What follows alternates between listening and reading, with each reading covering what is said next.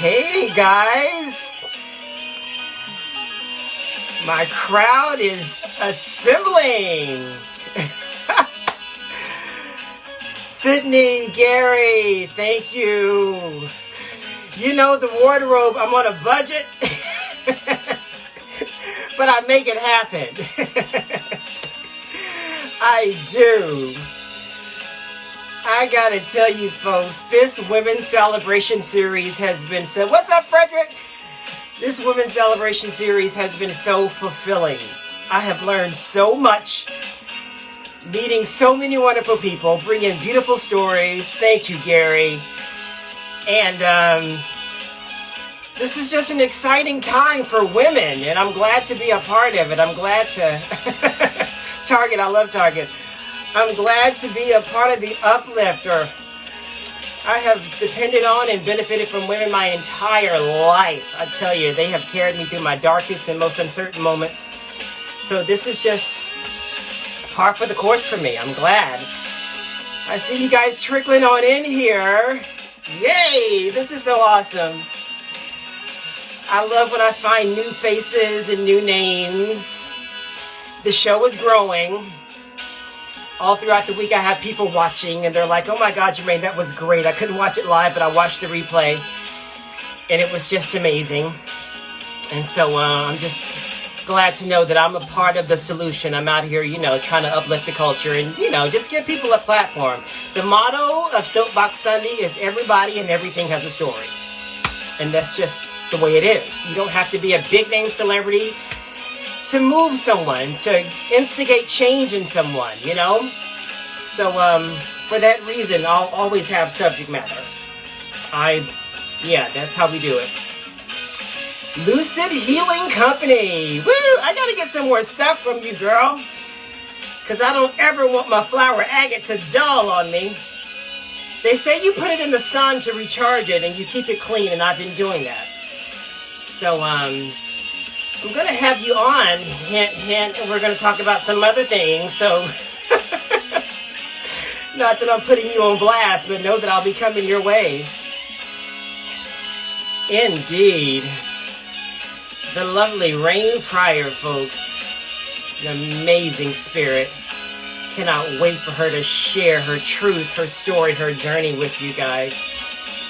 Yes, indeed, she has. She's an amazing... I think I first saw her on television on this show in the mid-90s called Chicago Hope. I'm thinking from here. Think of Chicago Hope. What's up, Frederick? Oscar Sunday is coming. It's going to be me and you. I see a good time happening. All right, folks. Welcome to Soapbox Sunday. I am Jermaine Taylor. Folks, when funny lady Rain Pryor delivers or even writes a punchline, you are guaranteed to feel it. Not only is she genetically predispositioned, but her hilarity, her work has been shaped by a journey that many might find surprising. She's a true artist in that she knows how to access the ebbs and flows of her life, and she uses those high moments and those low moments to add dimension and layers to her work. Rest assured, people, her lowest moments are often foundation for the biggest laughs. And this moment is not lost in me. I can't say loudly and proudly enough that I am so glad that I have Rain Pryor today as my guest on Soapbox Sunday. So hold on, I'm going to get her on. Yes, indeed. She's jumping on the soapbox. Alrighty, head of the class, exactly. What's up, Thomas? What's up, Vince? Oh, my cousin Stacy, I see you. Can you guys see Rain? We just did a test run and everything was fine, so it might be a little hiccupy here. Let me know if you can see her. All right, I'll try it one more time here. Let's see this. There we go. There she goes. I'm all excited. What's up, girl? How are you doing? I am great. Rain, you I'm have to know excited to that be with you. I am so glad that you said yes. Our mutual friend Scott, we're always talking because he's a good friend of mine, and he consults me on how to, navigate this whole platform that I'm doing. And you came up day one in conversation. My bestie. I know this, honey. Yeah. He had stories. And I'm like, Scotch, I'm finding out so many good jewels about her, but I'm so tepid to just extend the invitation. And then just one day I said, you know what? The woman is in the middle of this transformation. And I Yeah. just want to catch hold to her while she's like blossoming. Thank And you you. said during the time you're getting ready to go undergo your surgery, so you couldn't. Right. But you said shortly thereafter you would be honored. And I was watching you and monitoring your healing and your posts and how you were just getting back and integrating through life. And Rain, let me tell you something, honey. You have one resilient spirit. Do you hear me? Thank you. Thank you. To be out of surgery, I want to say it was maybe 2 weeks or even a week. You were back up and then just letting us know where you were. Your voice was strong. You Thank can you. kind of see that you were still healing, but everything about you was just, you know what? That was that. Now Right. let's move past that and build on it. Right. And that's what Soapbox Sunday is all about. How are you feeling today, Rain? Today I am feeling okay. Like Okay. I still, for those who might not know, I had breast cancer Yes. and I had to undergo a double mastectomy and reconstruction with deep flap, which means they completely took off my breast and then built new ones using my stomach. So I got a tummy tuck in the middle of it. Oh my God, Two for fabulous. one. Like I have a 20-year-old stomach, but a 50-year-old body. Fabulous. Baby, you have to salvage what you can out of the misery, I'm baby. telling you. Let's go to the salvage yard, pick some stuff up. You know. Rain, But let's so get to it, honey, because there is yeah. so much about you I just want you to bless the people with. Yes, I would love to. Growing up, Yes. Rain, Yes. when did it become clear Mm-hmm. that your last name had a lot more weight than most? When did it? You know what? I don't think it really hit me Mm, about my last name until actually I was older. What mm, hit me though was my dad was my dad. Like okay. that hit me like when I was 5 or 6, and like the limousine dropped me off at school. Wow. And here's a black man showing up in a limousine to a predominantly white school, and out I pop. And so I never knew growing up that there were poor black people. I thought white people were poor. And so and so it wasn't until I was older that I Mhm. realized, oh, Pryor got me in the club. You Mm. know, it didn't get me the parts, but it got me in the club. So this is even in Beverly Hills, because the climate in that particular part of Oh the town, it's very ritzy, it's yeah, a very high socioeconomic yeah, status there. So even in that climate, you were above. it at moments it felt like it. Now, mind you, my mom was the opposite. So let's say my dad lived in the big house and had all the stuff, and my mom and I were on welfare. We were not upper middle class living folks. We Yeah. were, the government cheese blocks and the pork and the beans and the can. Yeah. It was two different lifestyles for me. And Wow. so I always associated black folks with wealth in my until I was older, reality hits you. But that's how it stood for me. And that white people, because of my mother, we didn't have. That's Huh. how it was. But then in Beverly Hills, it was like there was a certain thing, but they were all entertainers or performers. So it was Sure. entertainers and performers who had wealth, let's So say. did that give you balance at that age, you think, in retrospect? I think my parents were very good about, when I turned 13, I had to have a job. Yeah. So it was like, this is what your life is going to be like. Like, we have money because we worked for it. So now if you want money, you're going to work for it too. It So wasn't you were something being that was taught tools to handed down. survive. So Huh? you were being taught tools to survive in the midst of Absolutely. all this opulence that you were Yes. exposed to. Yes. And that's what was Great. strange, is because you would get dropped off in limousines, but then you had to take your bicycle to go to the sweat shop, Pure Sweat. I worked at Pure Sweat in West Hollywood. I had to ride my bike from my house in Beverly Hills to West Hollywood to Yeah. go to my job to make my little, $5 an hour back then. Yes, indeed.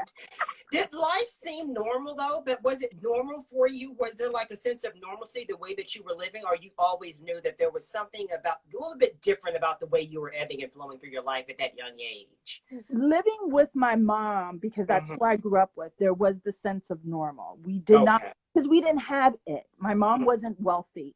Her parents had money, but my mom did not. Right. So we lived, I would say, a normal for what normal was in the 1970s, and being a biracial kid in Beverly Yeah. Hills, we Yeah. lived what was considered, fairly normal, besides the fact that, yeah, we had crosses burned on our front lawn. We had Yeah. the N-word painted on the side of our house. Like, there were issues, Hmm. and they were congruent with what was going on in the era Sure. and life, But yeah. Do you feel like you were somewhat cheated out of having a full imagination as a child because of the reality of your life outside of your head was so much more vivid? You know what I'm saying? You know what? No. In fact, Okay. I think the opposite. I think Okay. I was allowed and immersed in nothing but creativity. So Okay. I was allowed to be imaginative. I was allowed to create a different world. And yes, I was met with true realities of life, Right. because of who my father was and Right. his public addictions. So yeah, there was that aspect of it, but the creative part and that pure imagination for a kid, I Yeah. was allowed to have that Yeah. and No to doubt. explore that. You Yeah. talk a lot growing up biracial. You're black and you're Jewish. Yes. Two very strong points of view. Yes. And two strong people that fight Exactly. and You know, fought they for their both right have to come be. through. Yeah. Did you ever feel a tugging towards one more than the other? Or did it at different times in your life that you pretty much, okay, this is who I am right now. Well, this is how the world sees me, so this is who I am. What was that navigation like, and who were your influences as to who you should be? Because I know You you know, mentioned in your book that your grandmother repeated over and over again that you were a black woman. yes. And because of the way that her life had been set up, I can understand why. Yeah. So where did you see yourself, and how early did you know that you were I destined for that? I knew I was both, Jewish and white and, you know, black, Mm, African American, with Cherokee Native American as mm, well. I knew all those things, and society at that time is what wanted to put me into a box. okay. You know, in the 70s, it was, you're not black enough to be black, you're not white enough to be white. And then Hollywood, by the time I was in the 80s into the 90s, was like, you're still not uh, black enough to be black, and you're still not white enough to be white. And so I Mm, really had to just carve out a place for myself, and mhm. still do in the world, where it's like, Sure. I don't look like everybody else. I Yeah. get that. Mhm. I have, but to me, I've grown into my own, for myself, my own beauty, my own strength, my Mm, own wisdom, that yeah. I don't need to fit into somebody else's Sure. box or framework of what they think biracial should look like, Yeah. or fetishize about what it should be. Right. So yeah, for me as a kid, it was always, at what side am I on? But I identify at this day and time in my life at 51, almost 52 years old, as I'm a black woman, but I'm also multiracial Right. and biracial, but I identify as a black woman, and my experiences to me speak to that. No doubt. Yeah. Did your mom have a healthy understanding of that as she was Woo! raising you? Let me tell you, that woman thought Yeah. she was a black militant. She Yeah. wore a blonde afro wig. She Yeah. would preach the teachings of Malcolm X Martin. It was before Rachel Dolezal. Okay. Class was in session, Right, honey. yeah. It was before Rachel. Like, she wasn't trying to assimilate. She was trying to educate and No have doubt. me be comfortable in my skin. Mm-hmm. You know, I was the girl, like my hair was always more natural. I wasn't allowed to straighten it. I wasn't, you know, like that Wow. wasn't a thing that we did Mm-hmm. in our family, other than my dad's grandmother wanting me, you know, to Yeah. have a crescent curl at some Yeah. point, Yeah. you know, because my hair was wild. Yeah. Um, but from her, yeah, she was a white woman who thought she was a black militant, and she still has that very politicalized way about her that Sure. that is present in the world. But she was so much of a support in terms of me being who I am, No doubt. you know. Yeah, When you started to lean into your talents lean as an into it. actress, Yes. as a vocalist, was it incumbent upon you to train? Was that something that was instilled upon Ooh. you, or did you just more so knew that you had it and you were just on the job training, No, I think it had, that way? see, my dad's the one who said at five, around when I was 5 years old, okay, she has it. I Okay. was immediately put into dance school, Okay. singing lessons. I studied with the best vocal coaches. I studied opera. Mm-hmm. Um, and then it wasn't until I got older that you get lazy. Yeah. Like when it was, I was like, all right, I'm done with going to the classes and Yeah. the school and it, you know.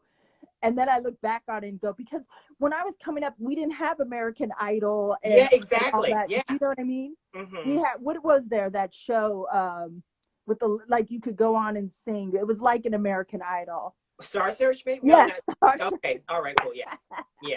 You know, like we had that, but that Mm. was the extent of, and I couldn't be on that because of who my dad was, by the way, Exactly. audition. Yeah. There were a And they lot were of like, you people. would have gotten on if your dad wasn't Richard Pryor. And I'm like, but he's not opening the doors, so how do Yeah. I open this door? But yes, so studying was a very big part of my training. You know, I had to read Shakespeare. I went to music and the arts camps in schools. I Mm-hmm. studied music theory. Yeah. I used to write music, and yeah. Now, were you full aware, auditioning as Rain Pryor? Yes. You did understand that before you even got in the door, there was automatically this assumption as to what you were going to bring. Did that Yes. rub you at times? Let me tell you, it rubs me even now sometimes, but Yeah. I'm changing the way I think about it. Okay. So, yes, there is a preconception. He's Richard Pryor, therefore I'm automatically funny, Exactly.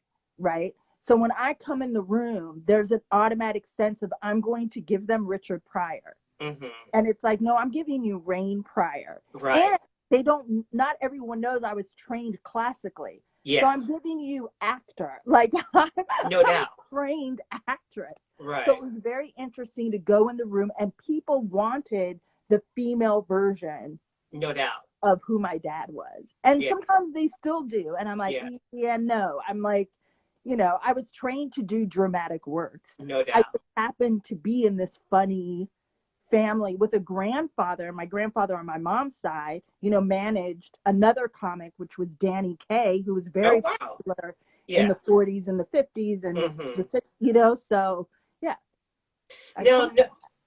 with that being said, Yes, sir. and with you leaning into you being Yeah. Rain Pryor, what Yeah. were the other myths and hard realizations that you were learning as you got into the business that you didn't see, like the misogyny and things like that? Like, what were those revelations about? Did it ever make you just want to just divorce yourself from it and do something different? It did. For a Okay. while, you know, look, for a while, I actually went into going to school to study to be a psychologist. And Mm, then I thought, well, maybe I'll be an alcohol and drug counselor because that was prevalent in my family, and maybe I can right. help people. I did that for 6 years Yeah. as well. And it was a big part of my life and made me take a step out, you know. And here I am at 51 Mm-hmm. saying to myself, you know, I'm a mom now. I just survived cancer. I Yeah. also have survived heart disease. It's something that I live with on a daily basis. What do I want to be and what do I want to do with my life? And at 51, I'm considering, do I go back to school Yeah. for nursing? Like, Mm-hmm. do I do something different that Right. gives me one peace of mind, that gives me strength internally and professionally in my life? Right. Because what I've learned is the business of show business, there's that of it, and the creativity, is different. Like the Mm. whole game has changed. It's Yeah. different than when I was coming up. Well, it's even different for me. I didn't start till like the mid 90s. And I was telling a friend of mine that's considering, jumping in now. I'm like, dude, you pretty much got to go into the game with your stuff pretty much already intact. You got to have Right, something already developed and show them what you can do. The right. days of showing up at auditions and doing stuff like that, it's still out there, but that But seems like a much harder road. it's different. It's just a Yeah. longer road. Everyone wants to do it. Yeah. They want a TikTok. built-in talent Yeah, already. Yeah. yeah. Was it hard for you to like readjust your thinking around knowing that, the old guard has changed and getting into the industry now, you have to come pretty much prepackaged It and wasn't. then they would mold you? No, it wasn't Okay. hard because I'm a creative person, so I'm gonna Okay. figure it out my way. It's like, so I created Fried Chicken Latkes, a Yes. solo show that's toured for 18 years. Yes. 18 years. I created my own vehicle to make Yeah. money at what I do. Right. It all stopped during this pandemic. Yeah. I would still be working. It's the first time in over a year I have not done what I signed up to do. Yeah. And that's life, right? Right. That's where we Right. find ourselves in. As a creator, we're still creating. I'm writing scripts now. I mean, that's where it's at for when it opens up and I can go and, pitch away and that kind of thing.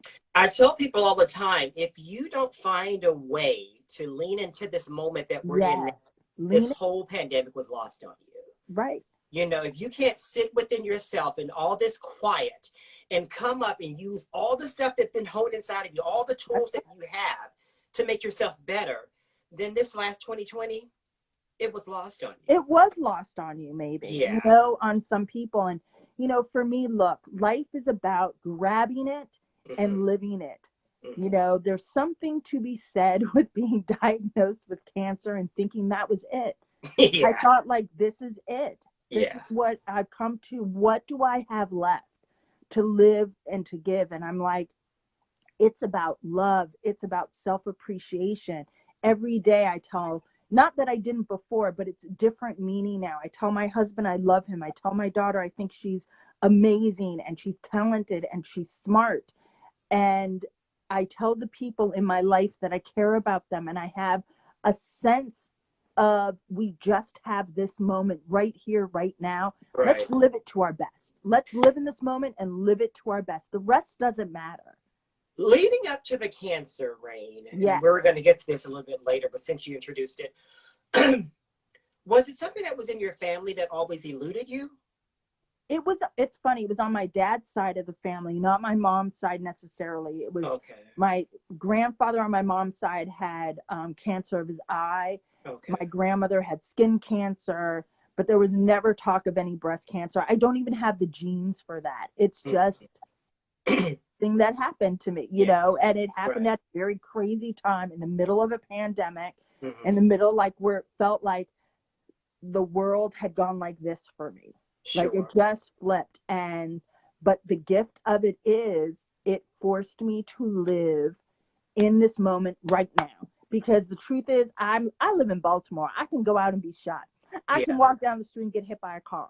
Right. Like life is gonna happen. So I just need to keep showing up for life in my fullest capacity. Yeah.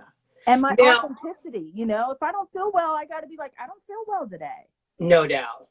Now, the initial diagnosis, was it pretty much a shock to your system, or did you immediately go into that defense mode? Let's navigate through this and fix it.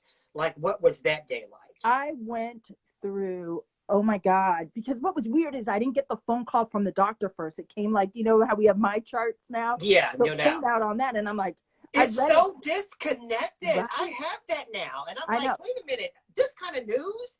You need to pick up the phone and call me. Exactly. And I felt like I read it 15 times to make sure what I was reading was correct.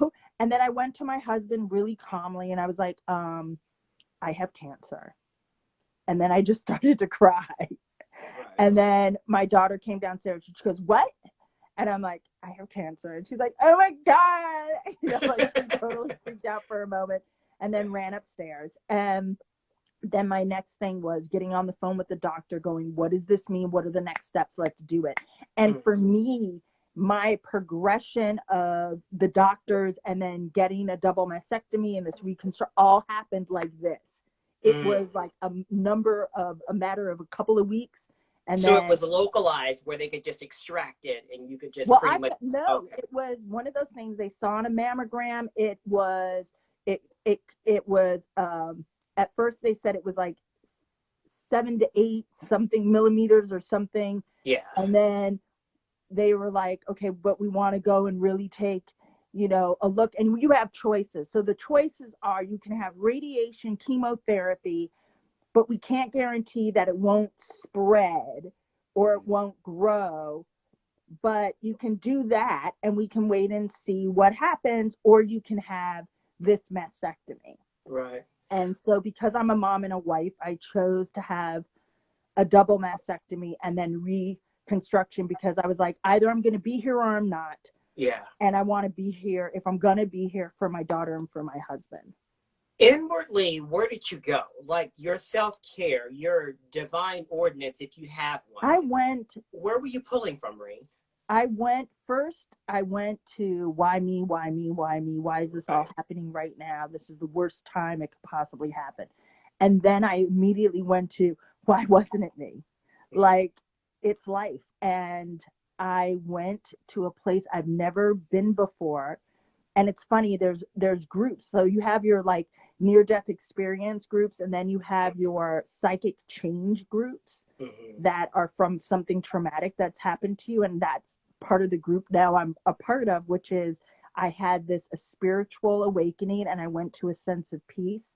And I'm like, if this is going to be it, or if this is it, I'm okay. And I just, like I said, I want the people around me to know that I love them, that I care for them, and got really okay with my body, my mind, and it just all clicked. And that's kind of how I've been living now. Like, it hasn't left. It's kind of all in this, like, this is where you are, and nothing matters. Like, the stuff doesn't matter. The jobs don't matter. The this doesn't matter. The clothes you have on and who you shop and where you, none of that matters. They don't care. Like, and when I say they, I mean they, like it, spirit, energy, whatever you want. They don't care.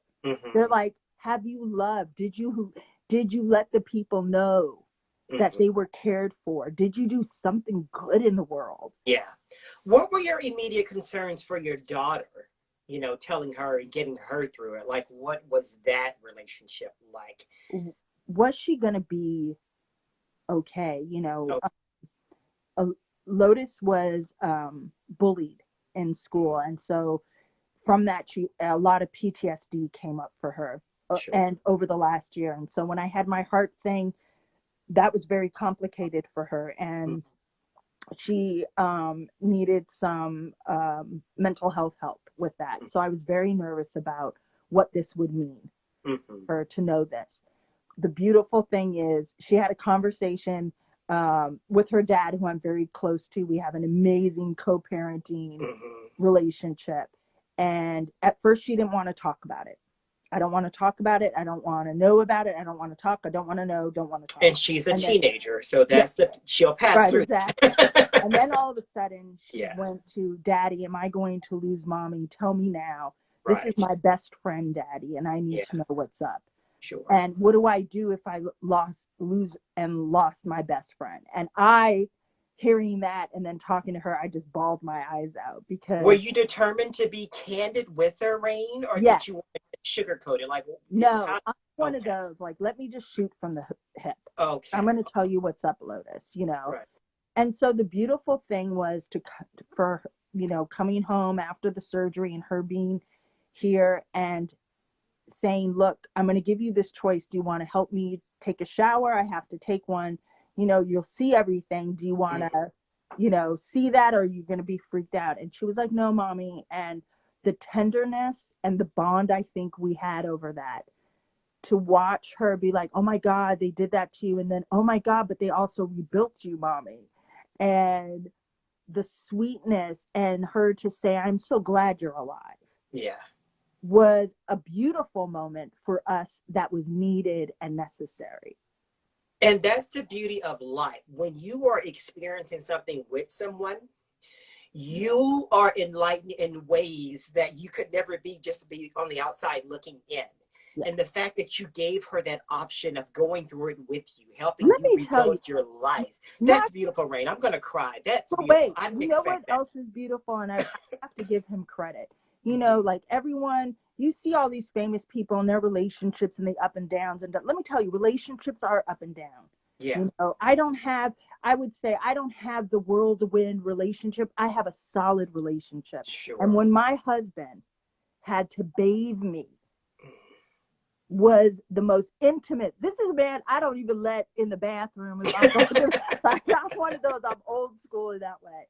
Yeah. He bathed me. Yeah. He took care of me. He loved me through my pain, my stitches, and my own personal grief about it all. Yeah. You know, and the days when you couldn't even utter the words, he was just there. And to he just was listen. there for Lotus.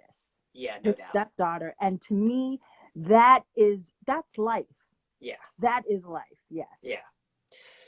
This fully realized individual that you are, that you're still evolving to be. Yes. When was that planted? Because obviously you do have to go through stages where you're very unsure of your voice. Yeah. You know, you wonder if they're looking at you or if they're expecting to see your dad. Yes. When did Rain Pryor know Rain's worth, her point of view, things that she would compromise on, things that she wouldn't, her full integrity?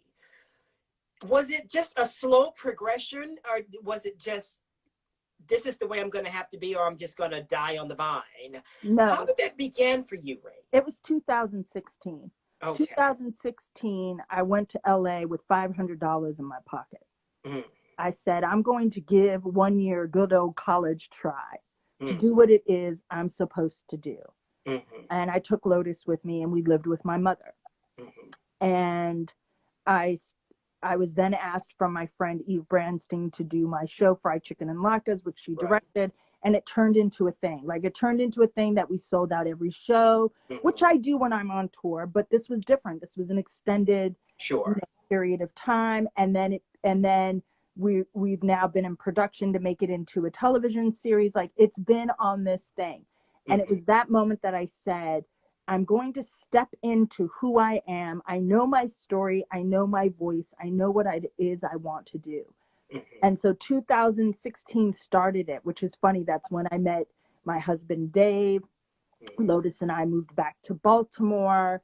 And in that, I said, I want a life that I create that is not part of the Hollywood machine, that is really a part of me being able to be a mom and be a wife and be present in my own creation, in my own life. And I'm telling you, since then, I've had some of the best moments of my life. And yes, did the pandemic come and it crashed and everything went blah, blah, blah? Yes, it did. But guess what? I didn't. You know, that's the thing. I didn't crash and burn. And like I said, I survived the heart thing. I've survived cancer. So I'm like, come on, let's go. Throw it at me. Everything else is cake. Yeah. When you penned the book in 2006, Jokes My Father Never Told, was that therapy for you, sweetie? Was that what? Therapy? No, because I had gone to therapy. No, it was more like I just felt like it. For me, I think it was like, finally you get to hear it from me. Yeah. Instead of hearing it from everybody else. Yeah. People love to tell your story. You know what I mean? You pick up a magazine, everyone's talking about somebody else's story, but not that person's talking about their story. Exactly. Not their own. They're talking about someone else's. I mean, look, I'm married to my own prince. I might not be married to a prince, but you know, I had my Meghan Markle moments. Yeah. You know, where like you want to be able to tell your truth. Yeah. And so that's what that particular story at that time, Jokes My Father, that's what that was for me. And now I think there might be a whole other book about the stuff. No, there is a part 2 coming, honey, because this conversation is very indicative of that. So you will, HarperCollins will be knocking on your door. How do you deal with the misconceptions and mischaracterizations of your dad? Like when you hear things and you know that wasn't his character, or some Right. people sort of took licenses. Are It's you rubbed by Hollywood. them? It's Hollywood. Okay. Everyone had you look. Right. Every wife is gonna have her version of his story. You Sure. know, his kids know. We know. We were there. Right. We Right. saw you come and go. That's Yeah. how I look at it. We saw you come and go. Okay. Everyone has their version of a story. And so, and it's Hollywood. Right. I know him. I Right. knew him. He was my dad. I Right. have brothers and sisters that knew him as well, that we spent holidays with him. Sure. We know him we know him as daddy. You How know, do you teach Lotus about it? she's seen The Wiz. Okay. She did a Yeah. whole report on him, which I thought was great, when she was like in Mm-hmm. the second grade, was hilarious. And so we got to talk about his greatness, and we got to talk about the stuff that wasn't so great, Mm-hmm. because I think, and age appropriate at the time. But No now, doubt. now she's at the age where, like, I can say, yeah, he did drugs and he wasn't always present. And my parents weren't always present, Lotus. And that's the great thing, is that you get a parent that's present. You get a Mm-hmm. parent that can talk to you about stuff and be here for you when Yeah. you need, and that will help to teach you life skills. My Yeah. parents were young at the time, Lotus. They didn't know life skills. My Sure. parents had me when they were in their 20s. Yeah. You know what I mean? They were kids, babies having babies. Yeah. No doubt. Yeah. And in that sense, it Yeah. was a different era. And Yeah. now it's like, I had Lotus later, so she gets to have a different relationship with Mm-hmm. her parent than I had with mine. And that's a healing. For me, Yeah. that's a full circle completion. Sure. Yeah. Where do you put your anger, sweetie? Like when the world is just not right with you and you just, Well, if you ask my ultimately your husband, whole. it comes out when I clean. No, I I have moments. I'm not perfect. There are Mhm. moments where my anger can just shoot out like a volcano erupting, Yeah. and you're like, That's the creative part of it. I know we're talking in this I'm beautiful. honest. I'm Yeah, honest. exactly. Because we're realizing fully evolved people. Yeah. But when we lash out, we're going to seize the moment and get it out of there because it's not going to be lost. But And then we'll get I back will to our say center. this: it's quick. It's on fire. It will burn you. Yeah. But I'm done. Yeah. Like it doesn't. It's not something that lingers on, and because I've been in therapy and I've grown, this isn't a craziness. It's not coming from a crazy place, meaning that it's you dropped something on the floor and I yelled at you. Do you know what I mean? It's like if I have to repeat myself 5 times to Write it clean the down. cat box, Yeah. and you didn't do it. Yeah. When I roar like a lion, that's why. Yeah. I'm like that with some of the guys that work under me. It's like, dude, I've told you this 4 different times. Right. Write the shit down. Right. Yeah. I don't play. Like, I'm one of those, I don't play. Yeah. But I've also now learned, which is interesting, to go, okay, just because I don't play doesn't mean you don't play. Right. And just because it's like simple, keep it simple. It's like with the house. Okay. I'm a very neat, almost OCD. My husband and my child are not. Yeah. I've had to learn that it's important to me, but not important to them. So Sure. if I want to do it, I'm going to do it and not be upset with them for not. Right. Does that make sense? And so It does. No, we're in harmony here. Right? You learn the dance. You were very outspoken politically this past year. Has that always been your nature? Or did No. life and where we are today just impressed upon you where you had to voice where you were? Because I tell my friend Vince, who's actually on here, where we are right now, politically, socially, there's no straddling. People need to know where you are. And I got that from your post. So I was like, you know what? This is my view. It's yours to take. How did that come about? And are you sometimes still measured as to what you put out there? Listen, I don't give a fuck. Okay. And this is what I mean. I don't care what you think. Okay. I don't care what someone thinks of me politically. I know where I stand. I come from activists in my family. Okay. I come from people that march for the rights for my existence to be able to be here on the planet.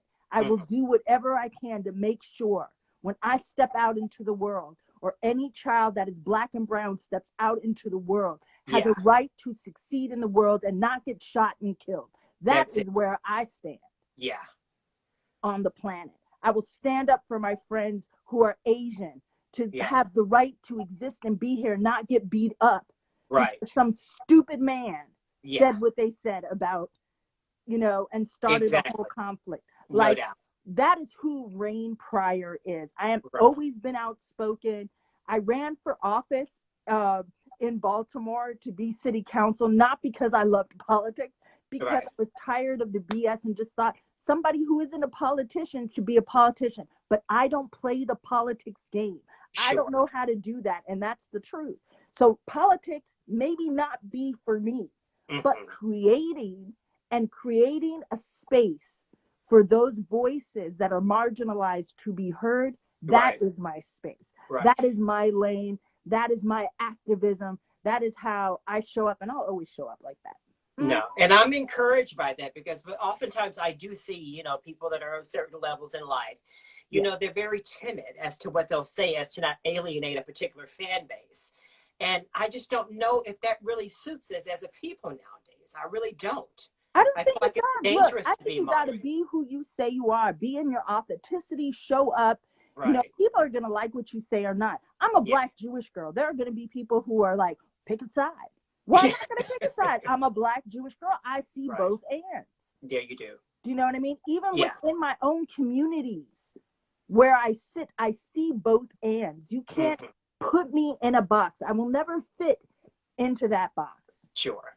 And I'm okay with that. January 19th, 2021, you posted this video on Instagram, and it was one of your bid posts. And you posed this question. I was like, I have to ask her this during the interview. Who am I without the work that I do? Mm. Do you know that answer yet? Still Rain. I realized that. All right. I realized that. I'm still me. Okay. Yeah. I'm Is a mom, it that I'm a your wife. work is an extension of your voice, or is it that, like, what does your work inform others about? Is that the goal? Your work? It used to be that I had to be Rain Pryor. Meaning I had to be Rain Pryor. Yeah. You know what I mean? Yeah. Yeah. I had to be working all the time. If I'm not working, then I'm not who I say I am. I'm not nothing.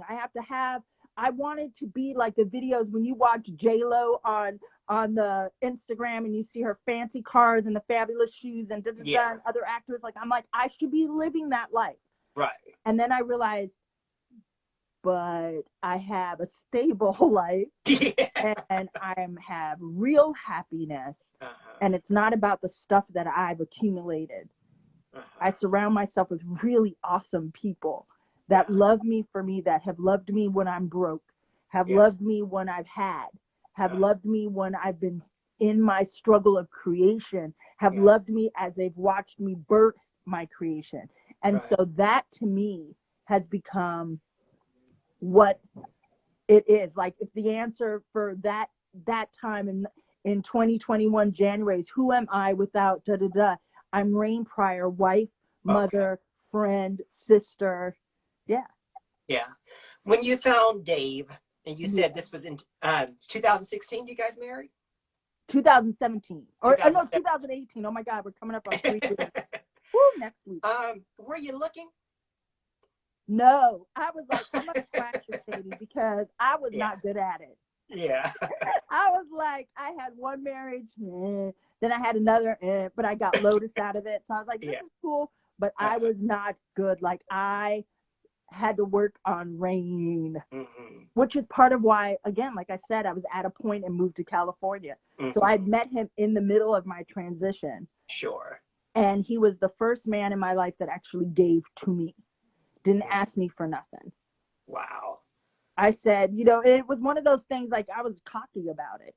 Yeah. What do you need? Okay, I need da-da-da-da because I got a child. Yeah. Here you go. And I was like, what? And then in my head, I'm like, everyone's like, he's so nice, he's so sweet, he's such a good man. And I'm like, I'm practicing. The and balance then boom, of your career, no, your endeavors, and everything that you're doing outside of the home. yes, Have you found it? Is it nice and healthy? Is it equal? Is it yes, okay? it Cool. is. All right. I have, I have what I wish other people have. I have hi husband. I'm on a live. I'm on live. I'm on a live. Go to the store. Look, see, I have a normal life. He doesn't care that I'm doing an Instagram live. Hi, Dave. It's Jermaine Taylor of Soapbox Sunday. I love it. That's I what I love these have, and moments. that's what's awesome. Like, see the smile on my face. Yeah. That's what I This is need. balance. Yeah. Wonderful. So we talked about COVID and the whole impact. You lost your grandmother, Yeah. and you said you couldn't say bye to her. And are you at peace with it? Are you okay now? Like, how did you move through that space, or is it going to be I'll something? tell you, she Okay. died Christmas Day, Mm-hmm. and it was like, yeah, she died Christmas Day, January 11th. I found out I had cancer. It Right. was like another boom, boom. Yeah. And how I made peace with it, my aunt sent me, and she's still sending me stuff. I got a box, Mm-hmm. and the beautiful things that my grandmother gifted me Mm-hmm. are like memories that you can't, like there's not, she may not be here, but she's here. Sure. It was like and then going through the surgery right before, I swear I could feel her, my dad, my grandfather Sure. present. Yeah. And I can't explain it. It's Yeah. like a crazy, but it was like oh, oh, okay. Yeah. Whatever this is going to be, you're here. And so, yeah, so I'm okay with that. And when, a year from now, they do what they like an unveiling, they call it. Sure. And so hopefully by then I'll be able to go, to Forest Lawn in California Yeah. and do my respect in that way. No doubt. But grandma Do knows. you pull from different ideologies like the Christian faith, your Jewish faith? I know Rachel True wrote a book that I actually Yeah. read, and I remember I saw that post where she gifted it to you, dealing with the stars. And even your mom, she Yeah. knows that world as well. Is it a composite of all ideologies that make your wholeness, that make up your I spirituality? think Or is there something that's pressing that you go to no, that's at the top? Okay. no, I think it all is. I mean, the one thing Okay. that shifted me spiritually was getting into Ifa, which is African. It's like African spiritualism from Yoruba Mm-hmm. land. Right. That kind of got me rooted, I would say, in the presence of it, whatever that Mm-hmm. is. But Mm-hmm. I will say, none of that, whether it's psychic, spiritual, whatever, predicted my Mm-hmm. cancer, predicted Yeah. my heart disease, No doubt. said, this is what's Yeah. going to happen and go down, okay? Right. But what did happen, because of the fact that I think I am part of the energy that explores in the universe, it Sure. kind of shifted and created this other place for me. Right. So I don't judge. It's like being told, I know it's going to sound crazy, it's like being told there is no religion. It's all the things. It's spirit, it's energy, it's you and it's I. In this moment, there's spirituality happening. In this moment, there's church happening. Yeah. In this moment, there's healing happening for somebody, somewhere, for you, for I, whoever. And that's you hashtag healing journey a lot in your post, and I hashtag that too, because I believe that's what life is like. We're always healing from something. Always. Yeah. And when I read your stuff, Rain, it's like, it's not, I don't want to get terribly spiritual, but I'm always uplifted. Good. And it's not that you're, and I feel like I'm uplifted because I don't feel like you're coming from this certain point of view. I feel like it's coming from this whole realness, but supported by a journey and an experience. Yes. You know what I'm saying? I can't write what I haven't lived. Exactly. Just so you know. Yeah. I don't post something I'm not living or working on for myself. Yeah. And that's why I was so adamant about getting you on here, because who you are, what you represent, your whole evolution, I'm all about it.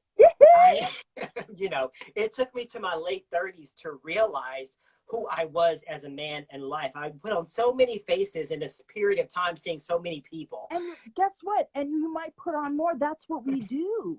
That Yeah. part, this is life is just life. It's about Yeah. experiences. Right. It's But I about think I would also sacrifice a little bit of my integrity at the same time.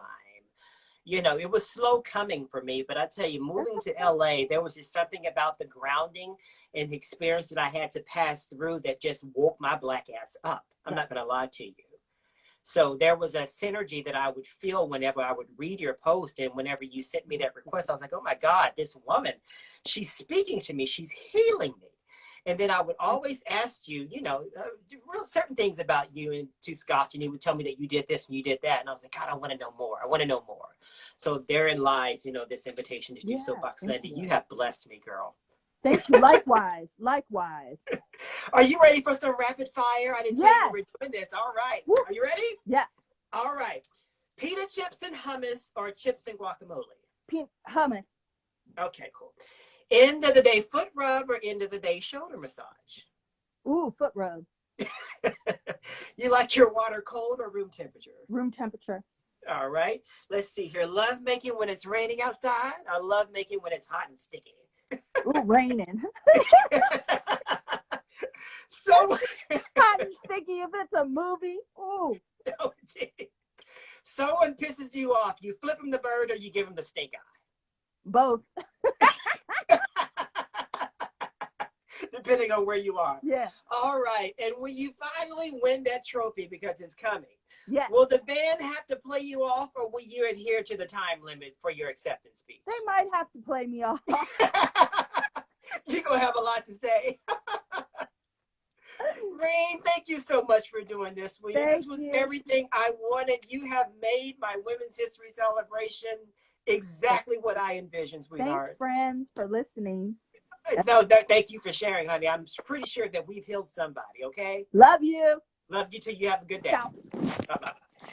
Folks, that was Rain Pryor, the one, the only Rain Pryor. She was my guest, my wonderful guest today, who helped elevate the moment of Women's History Month here on Soapbox Sunday, and I'm so glad that she said yes. Next week, folks, we're closing it out with Kathy Rigby. You all know her as Peter Pan.